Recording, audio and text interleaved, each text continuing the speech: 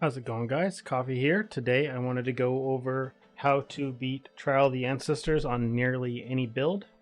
Pretty much the strategy with this mechanic is that you are trying to avoid the enemy commander as much as possible as soon as you start to get to these deeper ranks. I'm currently at about 500 on this character. Most people I know float around 600 on their characters. So on your first round, what you are going to want to ensure that you are doing is you want to be either getting 700 and you're looking for, preferably if you can get 750 in two things and 500 in another. Pretty much the only way that I will go with something less than this, or like less than 750 is going to be like if the reward happens to be like extreme as well, like if it's like 15 chaos or something like that. But outside of it being like a divine, or something that would probably be like 50 C+, it's really important as you start to get to the deeper ranks here, especially if your character isn't very good, to ensure that you start off very strong. The two units that kind of will carry your games the most are going to be Fieldmaster, which comes from the Rangakurai tribe here, which is this like brown and white currency, and then the other one is this moon looking currency here for the Tidecaller unit. So you'll see here for this first start what I'm going to be going for. I am going to go and I'm going to fight Ahuana because I want to get 750 of this currency so I can buy Tidecaller right away from the R. And then the other influences are good as well. The currency for Kitava will allow you to get a Ravager if you end up getting one available for sale, and then the other one sells the Thunderbird from Valico. So you'll see here the way that you want to start out your compositions. I recommend just putting everything on attack and then stacking two things on the same side on flanking. You can put them on the top or on the bottom, it doesn't really matter. I personally will always run along the bottom side myself. So you'll see here pretty much what you're trying to do, or what you want to be doing, is you want to, if you have totems or mines or some sort of thing to basically draw aggro towards the middle, you can throw some damage out towards the middle. But after that, you're pretty much just diving to the back corner of the arena as quickly as you can. You know, you can deal with the flanker here and there, and then you're pretty much just diving to the bottom, to the back. You just want to get to where you have nothing on your screen. Like, you just want to be out of the way, and you're basically being a flanker almost always because you don't want to get hit. You'll see it there. I did get hit by something off screen. I was being a little greedy. Typically, I will go all the way back here to the far back corner to the defense line. This totem just felt like it was far enough away. But pretty much what you're trying to do is you just want to get the enemy commander all the way inside of your base, and they're just going to be fighting your monsters that are there. They're not going to be able to kill any tower by themselves, while you just simultaneously take out their entire back line with your flankers and with your other attackers that happen to make it in here, or if you have escort guys, those will follow with you. One of the things you will notice is that when a monster is about to spawn, you will see this blue beam start above the tower. Most units can be stopped. When you are channeling their tower, it will prevent their spawn, but there are some that won't stop. You'll see further in this video that I do end up getting myself killed a couple times by thinking that I was going to be able to stop their spawn, but being unable to do so. So you'll see here every round you're going to want to make sure that you go to Navali. You want to buy a 250 unit from her. And then you're basically going to turn around and you're going to sell 2 Navali units in order to buy a Tidecaller here. Pretty much that's my round one. The majority of the time, like 90% of the time, that's what I'm getting.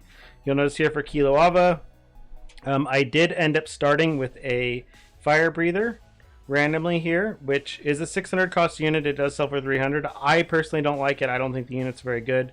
So I'll pretty much sell them as soon as I can to make a big purchase. So you'll see in this case, I end up selling him in order to get this Thunderbird. It makes it exactly 800.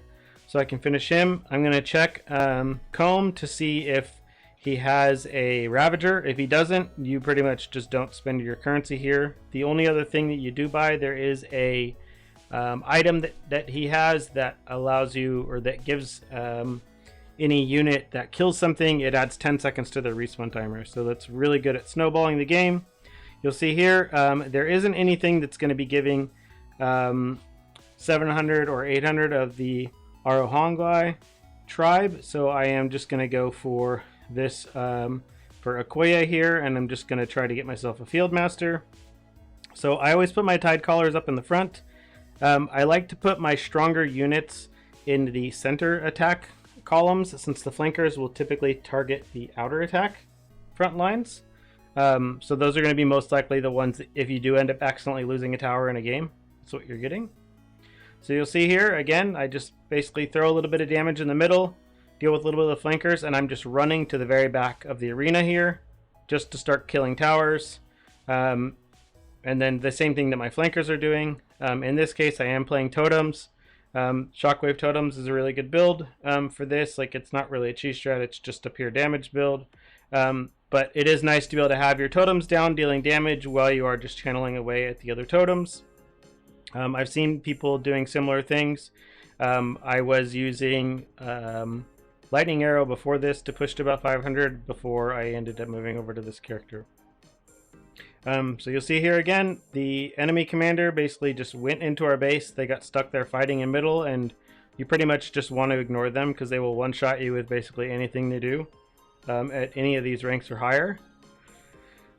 Pretty much what you're fishing for as we get to the loot on these is your better loot is going to be occurring later in the rounds. So pretty much your best loot that you are going to be getting is going to be coming from round 6 onward. With the new patch that they put out, you do get better loot occasionally earlier on, but it's not something you can focus on. As you saw there, that fire breather did have that that item I was talking about that adds 10 seconds to respawns. So one of the other things you can try to do, or what you want to do, is when you see a unit that has an item on it, the cost of the item that's already attached to that unit is only going to be what the item actually sells for. So you'll see here this Fieldmaster costs 675.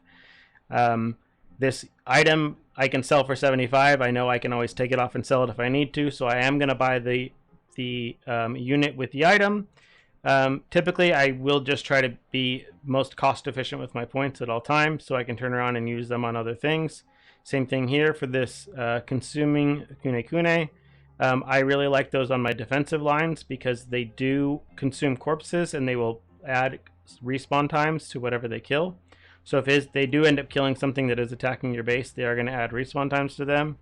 I will leave these items on, and then later on I will typically take them off and sell them if I need to, if I need to get points for another area. So we have a little bit of a choice here between either getting another Tidecaller or getting another Fieldmaster.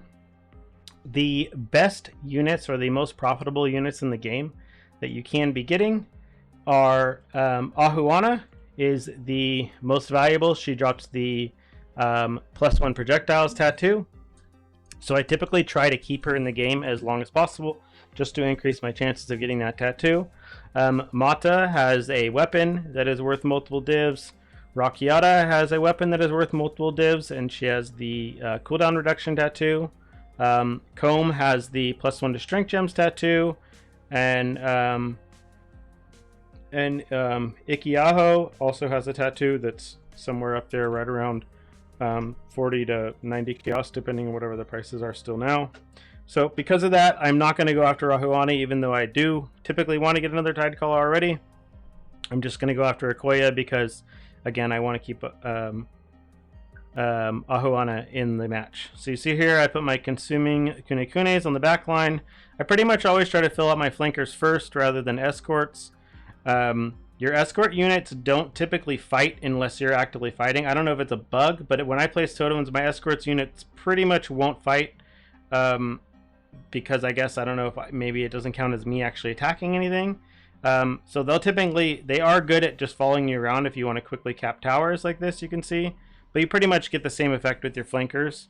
So you can always either just be helping them cap things, or you can just cap alongside them. When you do start seeing the blue lights start to spawn here, you see here I did prevent this spawn here.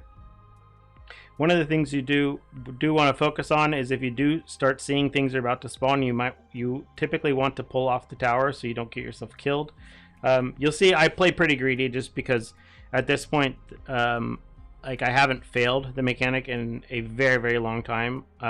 It happened one time in this character where I got pretty greedy and I got punished for it. And then the enemy had one of those consuming Kune units, and it just sat on my body and it didn't let me respawn at all until we had lost the match. So you'll see here again, I'm gonna typically try to be cost efficient with the currency I have. So I buy another Fieldmaster here with the item. I am gonna end up taking that off and selling it at some point. Utula, same thing. We have this consuming Kune. Still no there's still no Ravagers on Kaom, so we're still just going to sit on that currency for him.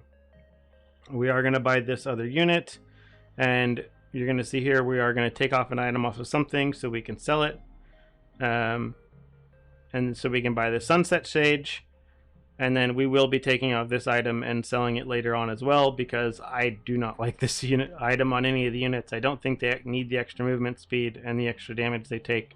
Does typically cause them to die really fast. I do know that we do typically like to keep Kaom alive here, but to me, I am not that really worried about it. The Kaom tattoo at this point is only worth maybe 40 chaos, so I'm just going to take the raw 8 chaos I can get. There's a 6-link chest here on Maata as well, but 6 links aren't really selling at this point in the league already.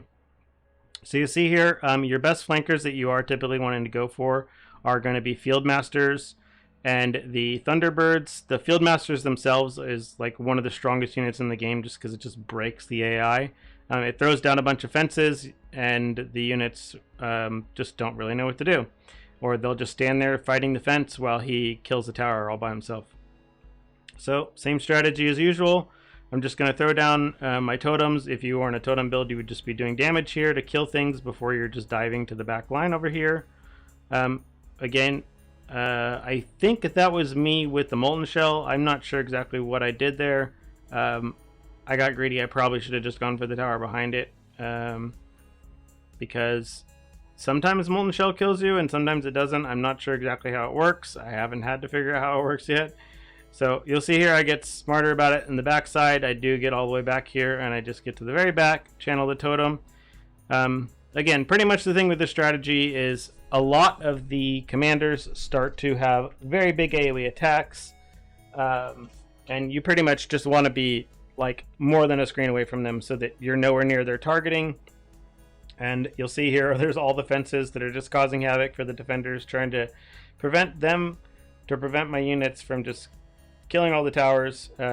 So even though, you know, it seemed like we were basically just going into base race situations, just with the few units that I had on defense there, they were able to hold everything and we didn't lose any towers.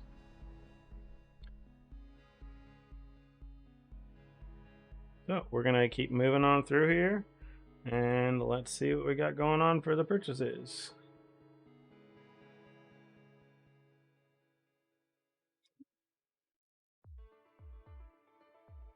Alright, so same thing, you want to check your currencies after every single thing. I do have 900 here, so storm conduits are really, really strong, so if you can get a strong unit, you do typically want to do that.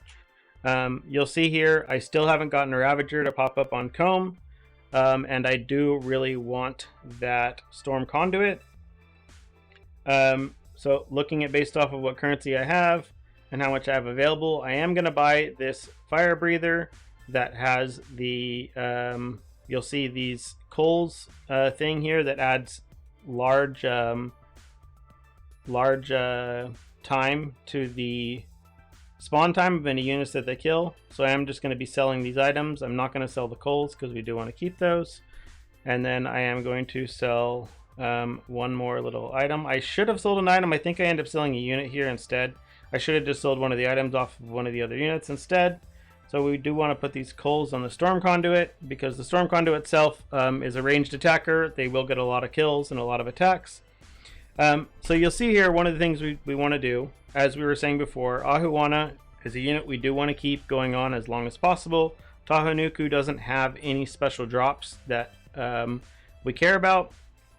And so at this point, regardless of who's here, I'm always going to, on round 5, I'm always going to be fighting whatever unit isn't going to get eliminated. The rewards are scaling depending on how many rounds you're getting. So the more rounds you can get, if you can get to round 8 or 9, the rewards start scaling dramatically. So they get quite a bit better here. So this is when you'll see us typically intentionally lose as well, just to push it around further. Some people will do this with the final unit, just to try to maximize those rewards. I like to do it around earlier, with like starting at round 6. If there's 2 units, I'm typically going to forcefully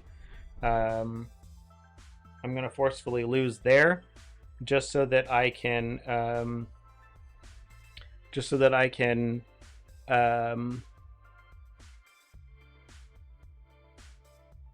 so I get a better chance at loot, because there's going to be 2 units or 2 different, chances at loot instead of just the one. So same thing as usual here, just dive to the back line.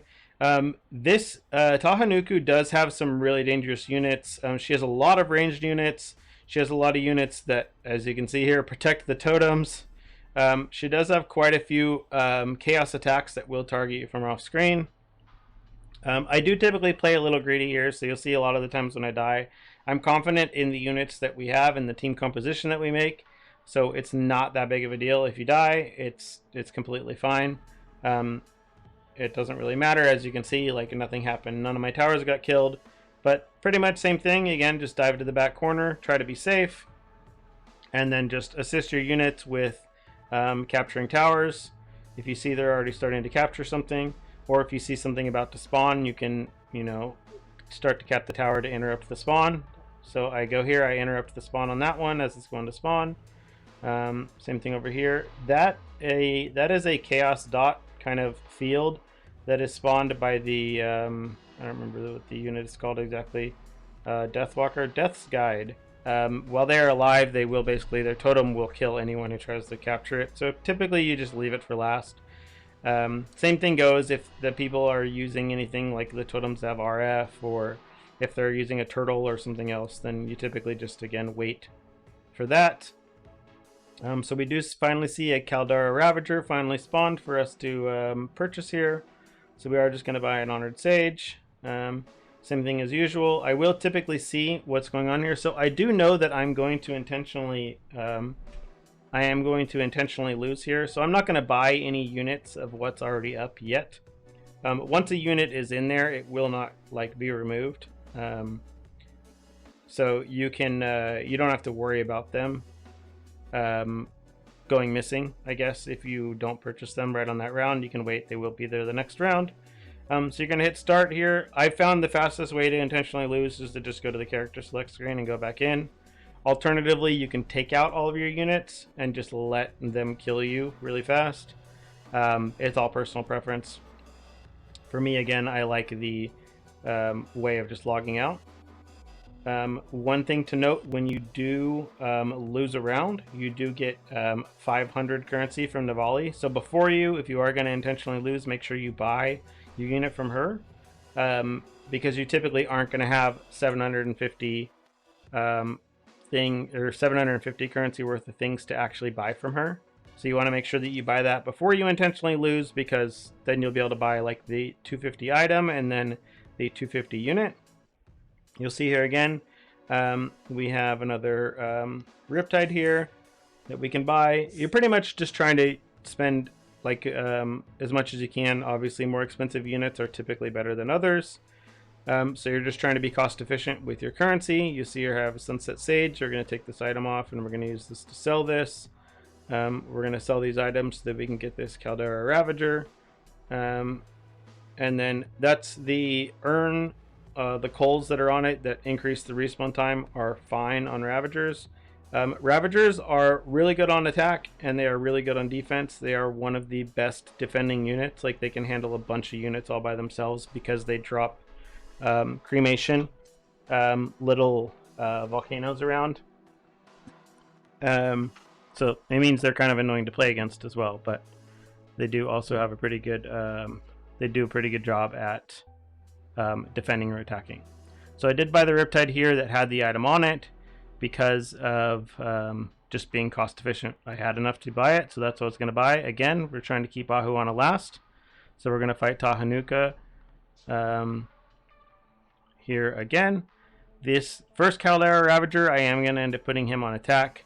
Typically, I will end up putting them on defense, but I have 3 of these consuming Kunekunes, and they've been doing fine on defense for me, so I feel like this first Ravager can go on attack. It's not that big of a deal.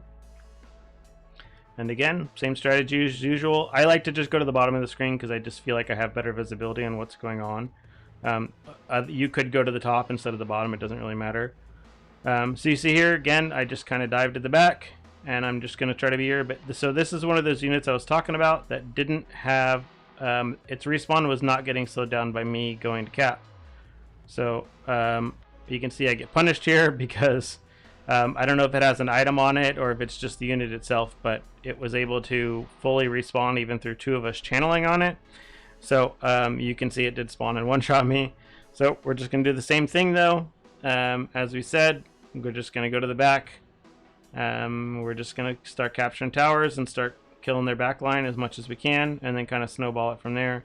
As soon as you start to clear out the back line of defenders, you can typically start to snowball the towers very quickly because the attackers and the flankers are all in your base already distracted. So it allows your flankers and your team to just kind of go unabated and just really clear out everything in a pretty quick manner. You can see this time I was able to stop the spawn, but typically the boss will have a she will have a voice line that she will say that something about coming from the sky or something like that. And when you hear that, you typically want to just either flame dash away and start running around, because there will be 3 or 4 basically chaos mortars that come from up above that will kill you. She didn't call it the voice line that time, and she didn't say anything in chat, so I didn't know that she was going to cast it. Wasn't paying attention, got a little complacent and died, but as you can see, it didn't change anything. Like, still, no towers were captured. The units are pretty much playing the game for me. Realistically, I could probably just not even be capping anything or not really doing anything, and it would probably be very similar result.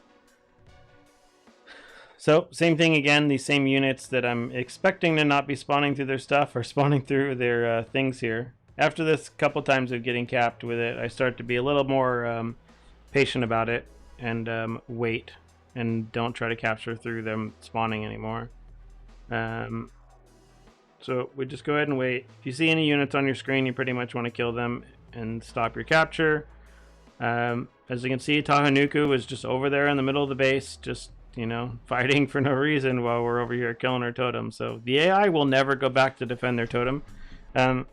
So pretty much this is going to be the best strategy, and this is the strategy that you'll see anyone who is using like a non-cheese strategy in order to basically like do the content right now.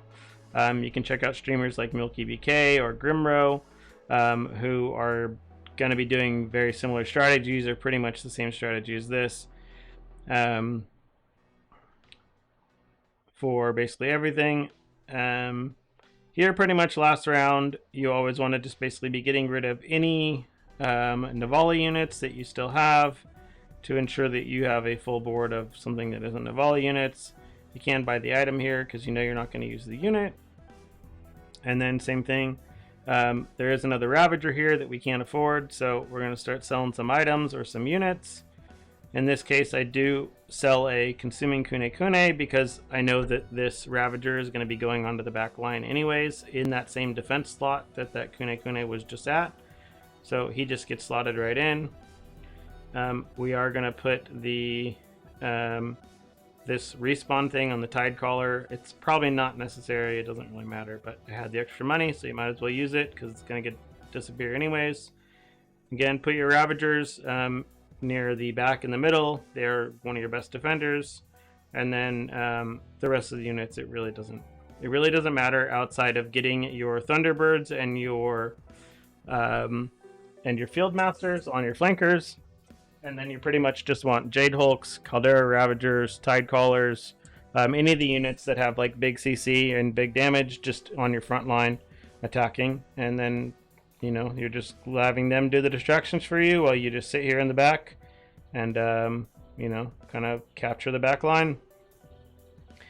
Oh, I did get greedy here. Again, got greedy, got punished. Didn't really matter. Still got the tower capture, and there's nothing's going to happen while I'm dead.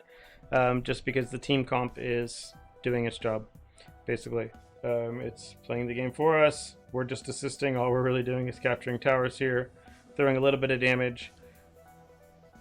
Same thing here. So you'll see, again, just trying to get as far away from any mobs as I can. A spear person ends up spawning right away and killing you. That is pretty fairly common that if any of your opponent's team does have any of the spear monsters, they have extremely high attack speed and they will pretty much just instantly dash to you and kill you if you get caught capturing. So same thing, rush the back lines, and then you already see we're already starting to snowball things. Like as soon as you start to get a pretty significant unit advantage, then it just typically goes through very quickly. And then you can just basically quickly capture everything. See that spear guy does spawn and try to kill me. I do notice it luckily in time, flame dash away to save myself. And then we just slowly clean up everything. And then that's going to be the match here. You notice the Waller here is causing havoc for both the enemy AI and the friendly AI, but either way, they're typically good about navigating around their own fences, so they are going to be still better off using over other things. Let's go ahead and go over the build here that I am playing in case it is something you want to use yourself. I am playing a Shockwave totem build. At this point, I've started to put a little bit of money into it. It's not really that. The only thing that's really necessary out of this build is going to be the astral projector. You want a +2 tabula, which is going to be like 1 div, and you want to get your +1 totem shield. I ended up buying a +1 max frenzy for Rimsorrow, but that's only because I'm using the frenzy grand spectrum. I've started to just pump money into this build purely for offense stuff. I think I'm up to around 18 million DPS, something like that, with Flask Up, but I was doing the same strategy on this build when it had less than half of that. So as you can see for the staples here, you're just looking at your standard cluster jewels setup here into crit everywhere you can across the board. For the tattoos that I'm running, I just have the I have a couple of the res tattoos, and then everything else is going to be the +4 attributes. Here I do have the +1 strength tattoo as well for the Shockwave totem, and then so everything you see here, we're up to level 26 on Shockwave totem. I'm running increased crit strikes, increased crit damage, multi-totem, conk effect, and Awaken Cold Pen. Awaken Cold Pen can just be hypothermia if you don't can't afford Cold Pen, even though I think a level 1 is like 15 chaos or something right now. And if you do have the money, you can buy an Empower 4, and that is typically going to be better than like increased critical strikes or Cold Pen, one of the two. It really depends. You'd have to go check POB for it. Outside of that, I'm just going for element avoidance. So I have a little bit on my boots, a little bit on the shield, and then the rest of it I'm getting from Grand Spectrum, from one Grand Spectrum rather. As you can see, I have a really janky corrupted blood jewel that I should probably change at some point. And then outside of that, it's just the basic cast speed and life jewel. I will put the POB for my character up if you do end up wanting to play the build as well. It's not, I mean, it's just a pretty standard Shockwave totem build. You have to play pretty defensive with it. It's not overly tanky in any degree, but it has enough damage that it can typically freeze things and get away with just like killing things before they kill you. Yeah, so in that, I'm just going to keep pushing with the build. If you have any questions, post them and I'll be more than happy to answer them. And I will update with any other findings I find if I end up finding some better technology or better strategies for maximizing your loot. Other than that, see you in the next one.